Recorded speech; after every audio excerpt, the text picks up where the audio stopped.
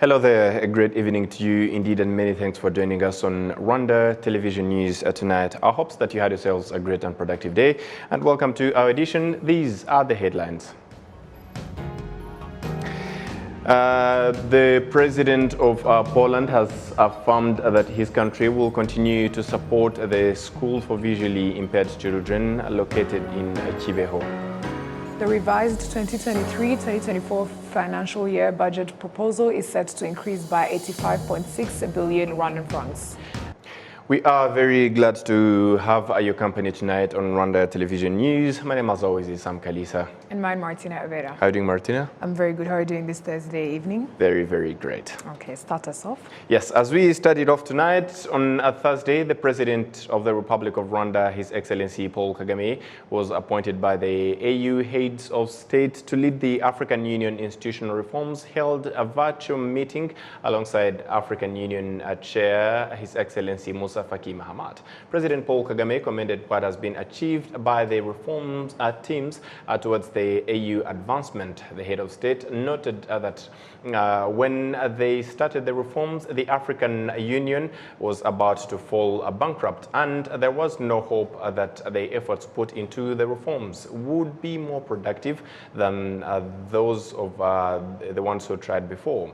It's from this that the Rwandan president applauded what has been reached, including the peace fund that currently has $400 million in its budget, in addition to the fact that all member countries resumed sending in their contributions. President Kagame noted that despite the fact that the journey is still far from over, reforming the institution is a continuous journey. In 2016, the African Union heads of state elected His Excellency President Paul Kagame the head of AU Institutional Reforms Commission. The meeting today was held ahead of the 37th African Union Heads of State and Government meeting summit that is scheduled for 17th and 18th of February in Addis Ababa, Ethiopia. Over to you, Martina. On to other matters. The president of Poland has affirmed that his country will continue to support the school for visually impaired children. Parents and teachers from the school say that the support given by the president of Poland to the school will improve the quality of education that they provide. We have more on this. President Duda of Poland and his wife were overjoyed with the sight of the visually impaired children who welcomed them with beating drums. They study in a school located in Kibeho in Nyaruguru district. The president of Poland thanked the Rwandan government for their contribution to the construction of this school, assuring that the country of Poland will continue to support it. Na ręce obecnego pana ministra Szejny. But this project has always received support.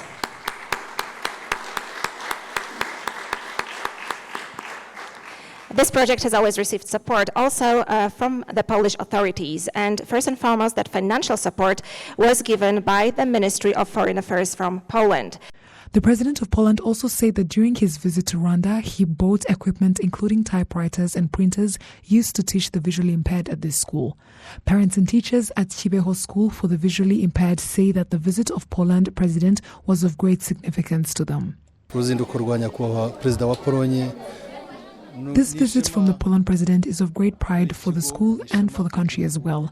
We are very excited.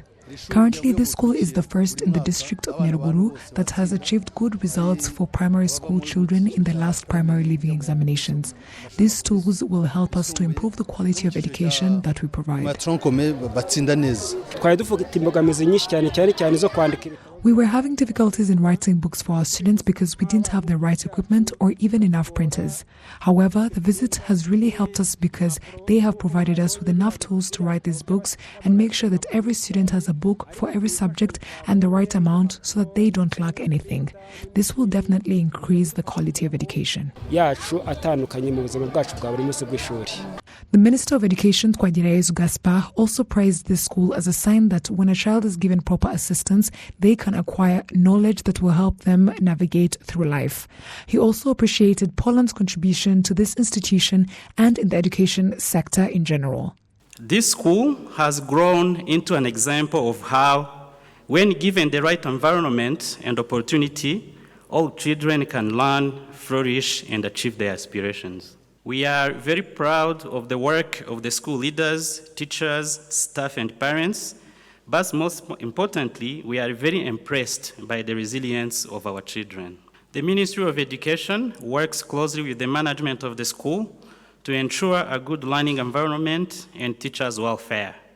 We will continue to support the school to ensure it has all the required equipment and trained personnel it needs to provide quality education.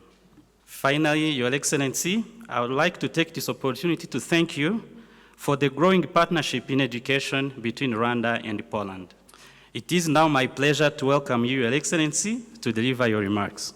He also emphasized that the government of Rwanda will continue to support this institution as usual in education institutions that cooperate with the government under the agreement, and that the government continues to promote quality education and education for all. This school for the visually impaired has been in operation for 15 years and currently has 195 children. Before visiting the school, the President of Poland and the First Lady visited Our Lady of Kibeho on the Holy Land of Kibeho. And now on Thursday, Rwanda's Minister of Foreign Affairs and International Cooperation, Dr. Vincent Biruta, together with other officials, bid farewell to Polish President Andrzej Duda and First Lady Agata Duda, who concluded a 3-day state visit to Rwanda. During the visit, Rwanda and Poland signed cooperation agreements aimed at bolstering bilateral ties in various fields, including trade and green technologies. His visit to Rwanda is part of his international mission to build a relationship with African countries. He departs to Tanzania for a state visit as well. And moving ahead to some of what topped our edition or the headlines, the 2023-2024 financial year budget proposal is set to increase by 85.6 billion Rwandan francs as approved by the lower chamber of the Rwandan Parliament after revising and approving the bill of the law amending this budget. We do have the details with Prince Manzi. On Thursday, the plenary session of the deputies in the Rwanda Parliament anonymously voted for the approval of the Bill of Law amending the 2023-2024 proposed budget to 5,115 billion Rwanda francs from 5,030 billion approved in June 2023. This represents a 1.7% increase as elaborated by the Minister of Finance and Economic Planning, Dr. Uzziel Ndagijimana. In general, the increase will support various activities including closing the gap in public employee salaries, elections, both presidential and parliamentary, monthly allowances for the war veterans, and also in closing gap in the budget allocated to embassies, especially the new embassies. Projects budgets will increase by 83.3 billion. This increase was used in various projects in agriculture and infrastructures. Deputies in the Rwanda Parliament shared their ideas on how the budget can be used. The EDCL brought equipped to distribute electricity, and it is burdened by improper roads and distribution delays. The budget is to be allocated to the priorities. The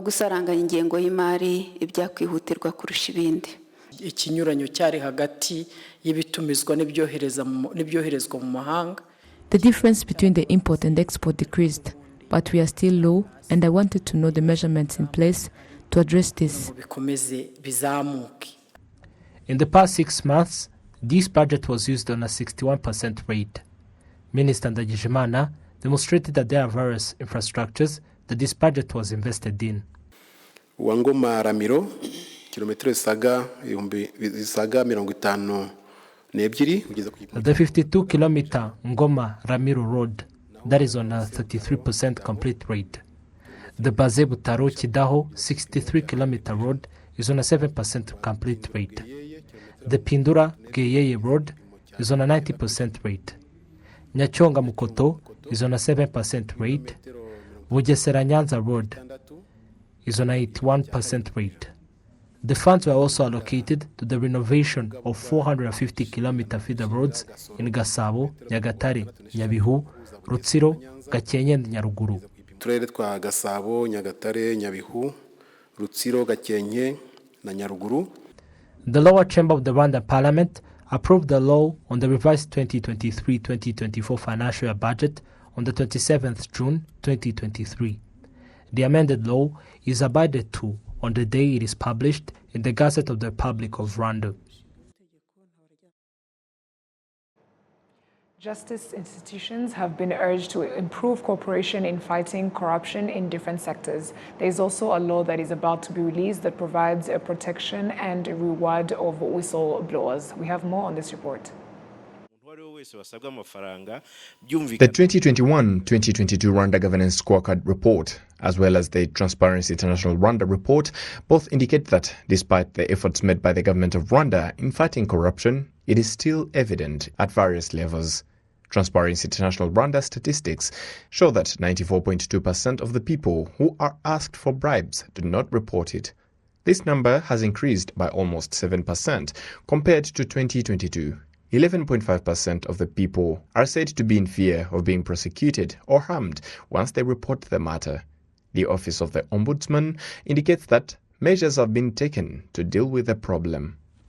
A presidential order will be passed depicting protection and the rewarding of an informant on corruption crimes. All that is under review. Every citizen needs to be concerned with corruption, which is why we need to appreciate those who play their role in eradicating it. That will be passed in the law. Employees in the justice sector who have been prosecuted in the past 3 years include 2 judges, 5 prosecutors, 5 bailiffs and 3 lawyers. 16 prosecutors have been prosecuted, and especially following the establishment of the Rwanda Investigation Bureau, more than 70 have been fired for corruption cases. Rwanda's Prosecutor General, Havugiyaremye Aimable, noted that corruption has been made intolerable in the Rwandan justice system.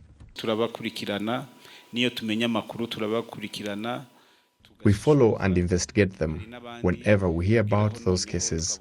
For those whose cases has serious criminal evidence, they are prosecuted and sentenced. The Rwanda Investigation Bureau Secretary General, retired Colonel Jano Ruhunga, reiterated that measures in place have started yielding tangible results. You have seen that in various institutions, RIB inclusive, we announce those who are suspected of corruption. The fact that we have these numbers indicate how much the government of Rwanda is committed to addressing the problem.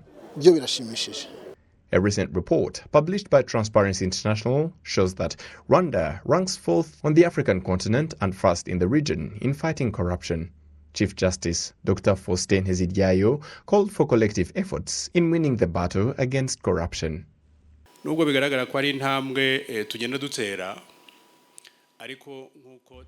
Although it is a journey, according to the 2022 Rwanda Corruption Index by Transparency International Rwanda, it has been indicated that there is corruption even in the justice institutions. We have put in place various measures together as institutions in the justice sector, especially enhancing collaboration between the judiciary, prosecution, investigation, bailiffs, lawyers and the civil society. Our top priority is to improve our service delivery, because that's what speeds up corruption, but also to urge everyone to provide information so as to follow and prosecute those who engage in corruption cases. From 2020 to 2023, the Prosecutor's Office submitted 2,643 cases related to corruption. Among them, 5,507 were prosecuted, and the perpetrators included managers of various companies and institutions. Some members of the East African Legislative Assembly, EALA, and stakeholders in the agriculture sector say that the program of using genetically modified crops, or GMOs, is beneficial for agriculture activities as long as it is done in a way that does not harm people's health. This was reiterated on Thursday in a conference aimed at reviewing the current status of our countries in establishing laws and regulations governing the use of GMOs in the East African region. We do have the details with Olive Nete. Genetically modified organisms are organisms whose DNA has been altered using genetic engineering techniques. Crops that are processed in this way are expected to increase yields, resistant to disease and pests, and more. Some of the member countries of the East African Community have begun to study how to establish regulations governing the use of these crops. Dr. Karangwa Patrick, the Director General of Agriculture Modernization in the Ministry of Agriculture and Animal Resources, points out that there is need to ensure the safety of these crops in the production chain. The government of Rwanda recognizes or promotes the safe application of biotechnology in the various sectors, including agriculture, health, and more. And on the side of regulation, law and regulation, the Parliament has passed a law, the law governing biosafety, that aims to ensure a safe use, safe application of modern biotechnology in a way that does not harm biodiversity, in a way that does not have harmful effects on human health. So we promote biotechnology, modern biotechnology, but with safety measures applied, due diligence. And the government emphasizes or promotes or invests into such innovations that have significant transformational potential. Honorable Mary Mugenyi, a member of the Committee on Agriculture, Tourism and Natural Resources in the East African Legislative Assembly, notes that introducing genetically modified organisms is key, and also emphasized that there is need to embrace the use of modern biotechnology. We need to develop with the rest of the world. We realize that there are limitations to agricultural production, for example, our medicine, to the extent that we need to move with the rest of the world. Science has been evolving from the generations behind us to where we are now. Africa cannot be an exception. So my view is that we need to find a middle ground, particularly in terms of regulation, as long as we are in charge of regulating what the scientists can put out there, and the law clearly spells out that. Honorable Umukiza Françoise, the chairperson of the Committee on Agriculture, Tourism and Natural Resources in the East African Legislative Assembly, notes that what is intended is to find a sustainable solution to the problem of food security, but with an emphasis on protecting people's health. We want to see if we can find a law that joins all politics of countries of the EAC. What we really look forward to is to find a bill of the law, putting together what all member countries will agree on. And after that, we shall do a report containing resolutions that will be forwarded to the Council of Ministers of EAC and then to the head of states. This is all in regard of doing something together and see if these genetically modified organisms are needed, but putting in consideration preserving people's health and also ensuring that there is sufficient food on the table. In December 2023, the Parliament of Rwanda passed on the biosafety law regulating genetically modified organisms that are made using modern technology. Olive Nete, RTV News. Thank you, Oli, for that report. Now, the Central Bank of Rwanda, BNR, urged money transmitters to engage in these services as part of the cashless campaign, which aims to encourage merchants and citizens to use digital payments across the country. Adam Squizera has more. At the beginning of 2020, during the outbreak of the COVID-19 pandemic, more people became familiar with the modern and renowned payment method, cashless, as one of the ways to comply with the resolutions established by the government to combat with the pandemic. Despite tangible results this cashless brought in the sector of technology, there are some residents who express some of the challenges that still face the implementation process of this campaign. The biggest challenge we're seeing on the market is price sensitivity because there is a cost to using cashless that is charged by the service providers, and where a market is extremely price sensitive, then that cost is going to become a concern to the merchants, and it is important that a solution be found. There is also the challenge of interoperability when it comes to the ability to pay. For instance, if I am a bank customer and I need to pay a merchant who is using say a Momo code, that means I have to pull money from the bank first to my Momo wallet before making the payment. If the customer banks with a different bank than I do, there's going to be a cost of the transfer. Digital literacy was another identified challenge. Minister of ICT and Innovation, Ingabire Paula noted that some steps have been taken, but there are still a lot to do.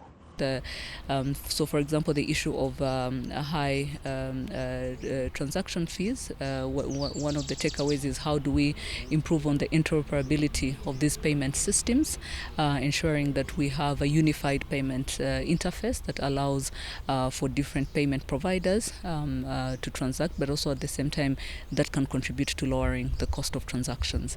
The second one is digital literacy. I think the idea is that every time you have a different financial service provider that is taking solutions to citizens, if the citizens are not educated on how to use the solution or benefit from it, then we see a low adoption of some of these solutions. But that also comes back to the basic digital literacy skills that we need to empower our citizens. And so whether it's through the agency network, the digital ambassadors that we have, the collective action that we are all taking to ensure that.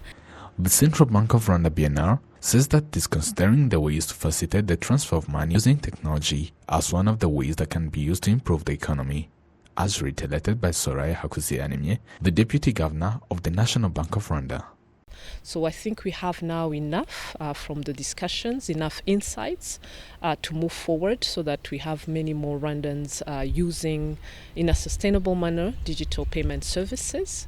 We have been challenged as a regulator to also look at how to fast track the interoperability project so that all systems can connect in one. It's something that has already started with the eCash by R-Switch, but we need to onboard more operators and participant to that interoperable system.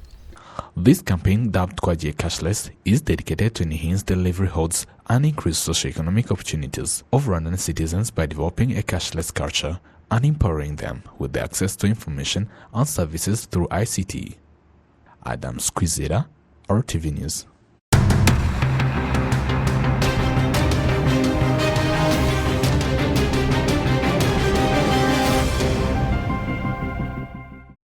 And that's all from us here at RBS Rwanda Television News. On behalf of the entire news production as well as the technical team, many thanks for being with us. My name is Sam Kalisa. And mine, Martina Vera. And we'll say up until next time. Stay safe. And have a great evening.